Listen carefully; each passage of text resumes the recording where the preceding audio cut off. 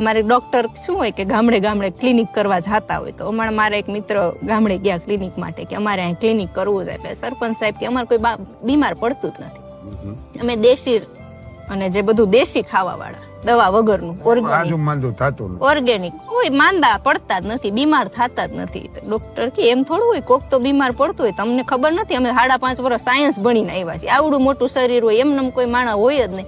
અરે કે અમારે કોઈ બીમાર પડતું જ નથી. ઈ ચર્ચા ચાલતી હતી ને, એક નનામી નીકળી, રામ બોલો ભાઈ રામ, એટલે ડોક્ટર ને જરાક જુસ્સો ચડી ગયો. જોયું કે બીમાર પડ્યા વગર થોડું કોઈ મરી જાય?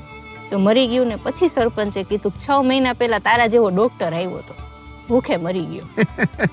એટલે હંમેશા હું કહું છું કે દરરોજની 7 મિનિટ જો તમે તમારા માટે એન્જોય કરશો ને, તો 70 વર્ષ સુધી એન્જિયોગ્રાફી નહીં કરાવવી પડે. વાહ, બહુ સરસ નવું સૂત્ર લઈ આવ્યા તમે.